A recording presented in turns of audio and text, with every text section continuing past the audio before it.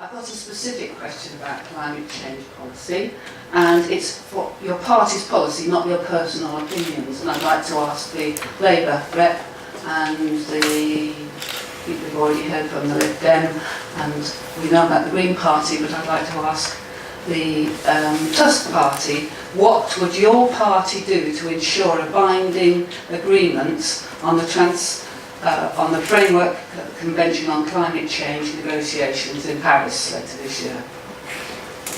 Okay. Andrew, would you like to go first? Yes, there have been a number of big conferences to try and address climate change from the Kyoto Treaty onwards. And that was flawed from the beginning because actually it pegged Britain's target from climate change to just after Thatcher actually decimated the mining industry and our electricity consumption went over to gas. So the target, the benchmark we were asking ourselves to be measured against is a completely flawed one.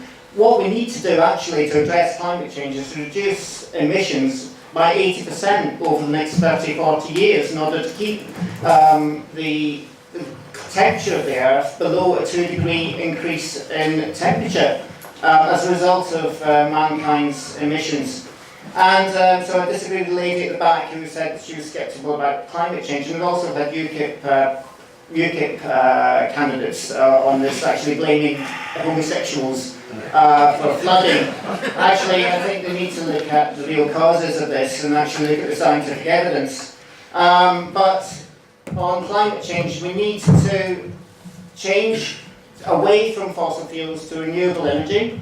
That would provide thousands, hundreds of thousands perhaps of jobs. We could retool industries, like if we got rid of Trident, the expertise that's there could be used in decommissioning nuclear power stations, for example, and getting rid of that source of energy. And we could use the expertise we have to actually build a low-carbon future. So in that, I'm probably in agreement with the Greens on that. The one bit I would disagree would be that this is impossible under the system of capitalism. And then to do that, we need to take control of our industries back. We would take the utility industries back into public ownership. We would use the money we save from Trident in order to invest that into renewables and low-carbon technologies. And we would change the way our relationship is with waste, because capitalism is an incredibly wasteful system. We would get rid of the endless products that are being totally spewed out by big companies all the time in order to sell the stuff we don't need, and go over to a more rational system of production.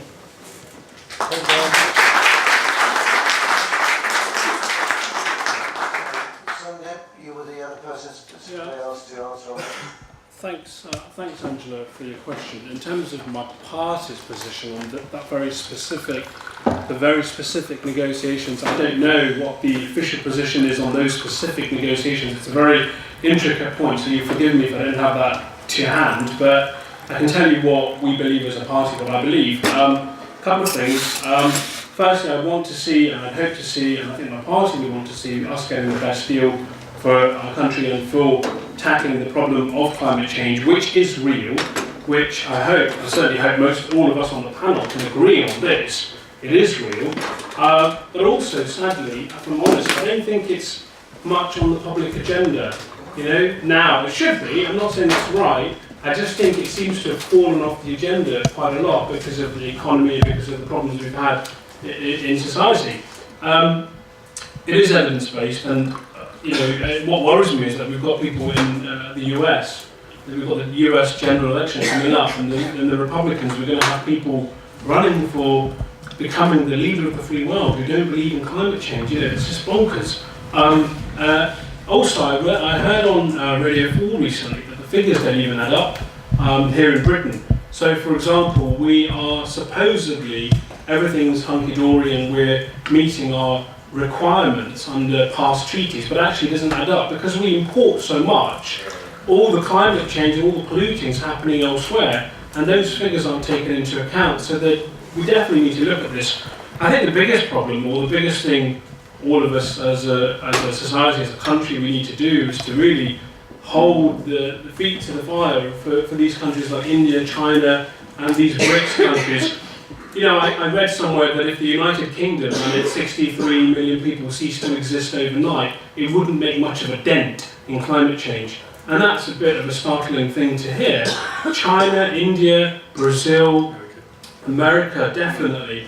The way that they're just going, full speed ahead on developing their infrastructure and polluting, and they don't give a damn, they don't care about the future of our world, our country. I guess my final point, the point I'm trying to make, I suppose, is that it's, whereas we perhaps, our hands are tied in that we physically, even if we all stopped using energy, we wouldn't make a tangible dent. What we do need to do is lead the world, lead public opinion, lead the international community. And that's what we have been doing, and we need to do a better job of it, I think. Thank you, Sandhya. Right. Just two more, if we're going to stay within our time of 8 o'clock, I think we've just got time for two more questions. Hamish, next one please.